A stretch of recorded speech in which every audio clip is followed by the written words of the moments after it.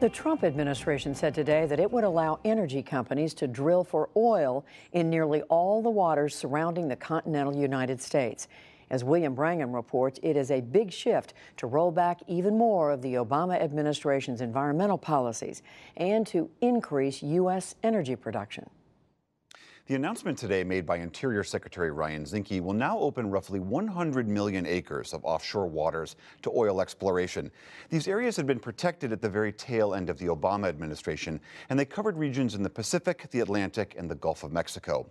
The move was hailed by the energy industry, and it also comes on the heels of another push to roll back some of the safety regulations put in place after the Deepwater Horizon spill 7 years ago. Amy Harder covers energy and the environment for Axios, and you're here to help us wade through some of this. So for people who don't follow this that closely, how big of a deal is this? Well, it's a really big deal for the amount of the offshore waters that they're proposing to possibly allow the oil and gas industry to lease. It's about 90% of the offshore waters that the federal government owns, and that's more than any administration since Ronald Reagan. So that's a very big deal. That said, it's also important to remember and to understand the bureaucratic process that goes into something like this. This is what I would call the opening wager of a very long process. Meaning rigs aren't going to pop up tomorrow? No. In fact, talking to industry about this, it could be at least a decade before something like this, before drilling is actually put in place. The process works as a funnel. The first phase is the widest, and then over a public comment period, it gets narrower. At least that's how the law states it. So this is the opening wager. It'll take a year or so to go through public comment, and I anticipate that at least some of these leases will be taken off the table.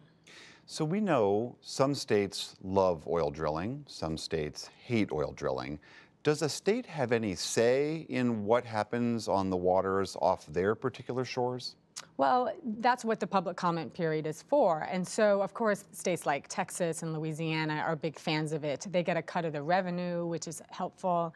But the other states, such as Florida, which is run by Governor Rick Scott, a Republican who just 4 days ago dined with the president in Florida, he tweeted out that he's opposed to this and wants to talk to the Interior Secretary So it's not a bipartisan, I mean, there's bipartisan disagreement on this. Right. In fact, this is one of the few energy areas that actually is splitting the Republican Party, which we don't see on most energy issues. You also saw Senator Marco Rubio, another Republican from Florida, also opposed to drilling off the coast of Florida. So I certainly think of the leases that the administration would be open to taking off the table, again, in this funnel-like process.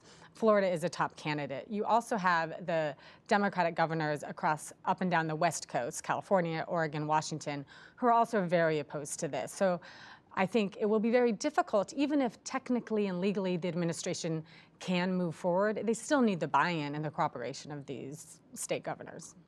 This, as we mentioned earlier, is part of a lot of chipping away at different environmental regulations of the Obama administration. The Deepwater Horizon safety regs, they just opened up the Arctic National Wildlife Refuge.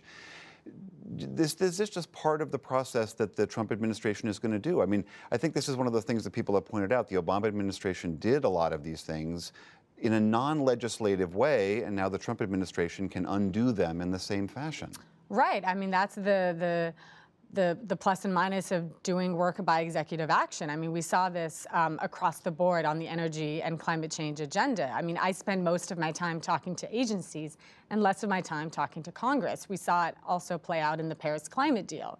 Obama went around Congress because Congress wouldn't have approved a global treaty on climate change, given the makeup of Congress. So he went around and agreed to it by executive action. And so that opened up the door for Trump to reverse course relatively easily. So I think this is the latest one. Offshore drilling is a little bit more substantive, and I think people relate to it because it's right in your backyard. It's the classic NIMBYism, not in my backyard.